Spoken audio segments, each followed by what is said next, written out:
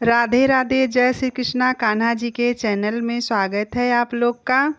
आज है भाई दूज का त्यौहार। आज हर एक बहन अपने भाई के लिए व्रत रखती हैं, पूजन करती हैं, माथे पे तिलक करती हैं और भगवान जी से अपने भाई के लिए लंबी उम्र की प्रार्थना करती हैं। और मैं आपको बताने वाली हूँ कि इसका महत्व कितना है और कब से शुरू हुआ है। पहले तो सभी भाइयों को आज के दिन अपने बहन के घर जाना चाहिए। अगर मान लीजिए किसी के भाई को वक्त नहीं है, वो नहीं जा सकते हैं, तो उसके लिए कोई बात नहीं है। अगर बहन ही अपनी ओर से खाली हैं तो वो भी भाई के यहाँ जा सकती हैं। और जो भी भाई इस दिन अपने बहन के यहाँ जाकर भोजन प्रसाद करते हैं, तिलक लगवाते हैं, आशीर्वाद पाते हैं और कुछ उपहार देते हैं, उन भाइयों की लंबी उम्र होती है।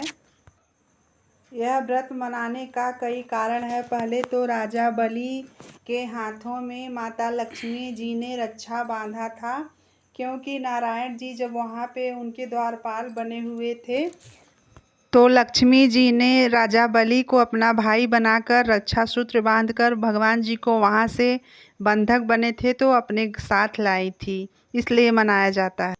दूसरा कारण यह है कि यमुना महारानी जी सूर्य भगवान की पुत्री थी और उनके भाई थे यमराज, और वो कभी बहन के यहाँ नहीं आ पाते थे, हमेशा खाली नहीं रहते थे अपने काम धाम में। इसलिए यमुना महारानी ने एक दिन सोचा कि हमें अपने भाई के यहाँ पे होके आते हैं। वहाँ पर जब गई तो यमराज जी का तिलक किया, अपने हाथों से भोजन कराया और रक्षा सूत्र बांधा। इस प्रकार से दोनों भाई बहन साथ में भोजन किए। इस प्रकार जो भी इस दिन भाई बहन करते हैं उसकी लंबी आयु होती है, भाई बहन में आपस में प्यार बढ़ता है।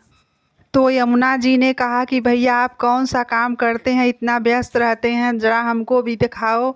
तो यमराज जी ले गए जहाँ पे अपना काम करते थे, तो वहाँ पे देखी कि ये सभी लोग को दंड देते हैं। तो बोली कि भाई जी इतने लोग को दंड क्यों देते हैं, ऐसा दंड क्यों देते हैं। तो उन्होंने कहा कि हम क्या करें, हमारा भगवान जी ने हमको आदेश दिया है तो हमको इनको दंड देना ही पड़ता है, ये सब पाप किए हैं। तब यमराज जी ने कहा कि आज के दिन जो भी बहन अपने भाई के साथ यमुना जी में हाथ पकड़कर स्नान करेगी और साथ में भोजन करेगी, तिलक लगाएगी, रक्षा सूत्र बांधेगी, उसको नेक राह पे चलना सिखाएगी, उससे उसको आशीर्वाद देगी, उसको यह दंड नहीं मिल सकता, दंड से छूट सकता है, तो वह दंड से बच सकता है। तभी से यह भाई दूज का त्यौहार धूमधाम से मनाया जाता है और इसका यही कहानी है, यही महत्व है। इस दिन गोवर्धन भगवान की पूजा भी की जाती है। देखिए हमने घड़िया लिया है, मट्टी का घड़िया है, जिसके पास जितने भाई होते हैं उतनी घड़िया चढ़ाया जाता है। आपके पास चीनी का घड़िया है तो चढ़ाइए। और गोवर्धन भगवान गोबर से बनाए हैं हमने, कैसे बने हैं बताइएगा कमेंट में। देखिए कितने अच्छे लग रहे हैं गोवर्धन भगवान हमारे। इसी दिन इनका परिक्रमा भी किया जाता है। परिक्रमा का बहुत महत्व होता है, इसलिए अवश्य करना चाहिए। अगर आपके यहाँ गोबर के गोवर्धन नहीं बनाए जाते हैं तो न बनाएं, और इस प्रकार से अगर बनाए जाते हैं तो बनाकर आप घर में भी अपने पूजा कर सकते हैं।